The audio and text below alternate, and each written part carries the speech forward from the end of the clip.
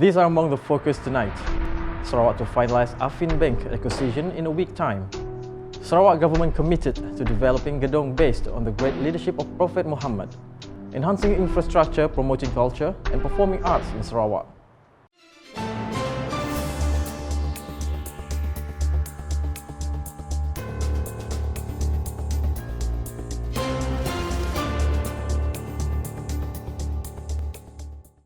Good evening. The Sarawak government will announce the finalisation of the acquisition of majority stake in Affin Bank Berhad within a week.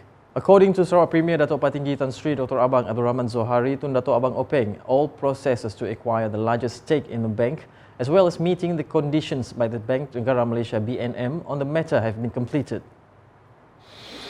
Kita nak ambil bank. Sila mak lagi. Semua dah beres dah. Bank negara pun dah beres. He said this in his speech during the 100th anniversary celebration of Naga Samu Longhouse in Ulu Paku on Saturday. In July, Datuk Patinggi Tan Sri Abang Zohari stated that the process of increasing the shareholding in the bank from the current 4.8% to around 30% is awaiting final approval from the Bank Negara Malaysia BNM. For the record, the Sarawak government, through the Sarawak State Financial Secretary, hold 4.769% equity stake in Affin Bank, which was purchased in April 2023. Meanwhile, the Sarawak government is committed to developing Gedong inspired by the great leadership of Prophet Muhammad, peace be upon him. Sarawak Premier Datuk Patinggi Tan Sri Dr. Abang Abdul Rahman Zohari Tun Datuk Abang Openg emphasizes the importance of emulating Prophet Muhammad, peace be upon him, known as Al-Amin, in managing both worldly and spiritually affairs. Sebab ialah dari sudut prestasi kita tu, kita membawa konsep tu kepada Gedong. Kita bangunkan Gedong sejajar dengan bagaimana Rasulullah membangunkan Madinah dahulu. He delivered these remarks during a speech at the Maulidur Rasul celebration for Gedong District's 1446 Hijrah 2024 Masihi at Dewan Datuk Patinggi Ali Gedong on Sunday. The Sarawak Premier also stressed that infrastructure developments in Gedong will be in line with the efforts of enhancing the knowledge of the local community. Dengan manusia sendiri mesti mempunyai ilmu. Nabi kita nekankan hal ilmu tu. Kita tahulah iqra bismi rabbikal ladzi halaq. Bacakanlah.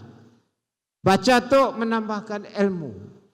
Jadi dengan adanya ilmu baru tu, kita gunakan untuk mengangkat keadaan masyarakat kita. Earlier, Datuk Patinggi Tan Sri Abang Zohari presented awards to the winners of the Maulidur Rasul parade contingent. The overall champion of the parade was Surau As-Sobirin from Kampung Tengah Lama Gedong, followed by the Masjid Nurul Huda from Kampung Ensingai in second place, and Surau Asyakirin from Kancong Baru Gedong in third place. In the overall category, the champion was Surau Asyakirin. In his speech, he also highlighted that the development of Gedong is being carried out by comprehensively covering areas from Samarahan to surrounding villages. According to him, the development is not only focused on physical infrastructure but also on human capital development. The Sarawak government is committed to promoting culture and performing arts in the region through the various initiatives, including enhancing the necessary infrastructure to develop local talent. Sarawak Premier Datuk Patinggi Tan Sri Dr. Abang Abdul Rahman Zohari Tun Datuk Abang Openg stated that the Sarawak government has invested 300 million ringgit to renovate the old Sarawak State Legislative Assembly Dun building, transforming it into a performing arts centre equipped with the latest stage facilities and audio systems. He explained that this centre, in addition to showcasing talent, has the potential to strengthen Sarawak's arts industry, thereby boosting the local economy. And that will give space for people to performing art, whether it's music, culture, or whatever entertainment that we give to the local as well as the tourists. He said this during his speech at the night at the museum entertainment event organised by the Sarawak Museum Department at the Borneo Culture Museum BCM here on Saturday. The event was also attended by the Sarawak Governor Tun Puin Sri Dr. Wan Junaidi Tuanku Jaafar and his wife Tuan Fauziah Muhammad Sanusi as honoured guests. During the event, Datuk Patinggi Abang Zohari extended his congratulations to the Sarawak Museum Department for its research efforts and effective networking with the other museums worldwide. With its impressive achievement, he noted that the BCM is now recognized as one of the best museums in Southeast Asia, further strengthening the cultural identity and heritage of Sarawak. In his speech, Datuk Patinggi Abang Zohari also highlighted the importance of visitors' numbers in stimulating the tourism sectors in Sarawak, where accessibility via flights and transportation infrastructure is crucial. In this regard, he announced that by the end of this year, the Sarawak government will introduce its own airline, complementing the plan to build a new state-of-the-art international airport capable of handling 15 million passengers. And that will give space for people to perform performing art, whether it's music, culture, or whatever entertainment that we give to the local as well as the tourists. For the first time, Night at the Museum was held with rich artistic and cultural content, featuring several guest singers including Anwar Zain, Firdaus Matrang, Wilfred Vincent and Bani Faizu, as well as a theatrical performance titled Kerajaan Banting, which added the dramatic elements and showcased the richness of culture through a captivating production. The prestigious SUKMA 21st Sarawak 2024, set to officially begin on September 22, highlights the importance of sports as a foundation for strengthening cooperations and unity within society. Sarawak Deputy Premier Dato' Amar Awang Tengah Ali Hassan noted that the spirits of sportsmanship demonstrated through events like SUKMA not only fosters mutual respect but also serves as foundation for the state's and nation's stability and well-being. Ini adalah sesuatu yang begitu penting untuk kita memastikan negeri dan negara kita ini akan terus stabil. Rakyat hidup dalam keadaan harmoni. Kita dapat menjamin keselamatan dan dalam masa yang sama kita dapat menumpu ke arah usaha untuk membawa pembangunan dalam semua aspek, meningkatkan kesejahteraan hidup masyarakat kita. He made these remarks on behalf of Sarawak Premier Datuk Patinggi Tan Sri Dr. Abang Abdul Rahman Zohari during the SUKMA 21st Sarawak 2024 dinner ceremony at Hikmah Exchange on Saturday. He added that the Sarawak government, through the Ministry of Women, Early Childhood and Community Wellbeing Development, has implemented a special initiatives for disabled athletes OKU as a primary focus. Adalah menjadi tugas dan tanggungjawab kita bersama untuk memberi dokongan kepada golongan istimewa ini. Mereka adalah merupakan aset kepada kita. Earlier, Dato' Amar Awang Tengah presented mementos to the Chef de Mission CDM of each state during the ceremony, symbolizing their warm welcome to Sarawak. Strategic improvements for the Para-Malaysia Games SUKMA 21st Sarawak 2024 are expected to introduce key innovations in event implementations, particularly in the athlete classifications process. Sarawak Minister for Women, Early Childhood and Community Wellbeing Development, Datuk Sri Fatimah Abdullah, stated that these initiatives aim to ensure that all competing athletes undergo a classification process that adheres to the standards before arriving in Sarawak.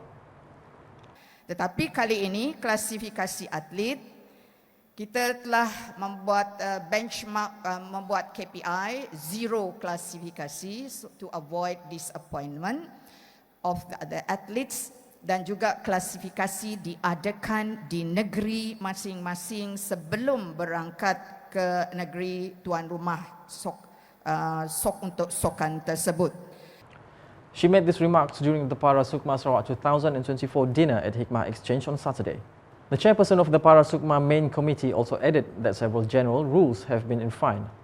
Among these, the age requirements remains between 14 and 45 years, while the participation criteria now allow 2 states with 4 participants, replacing the previous requirement of 3 states with 3 participants.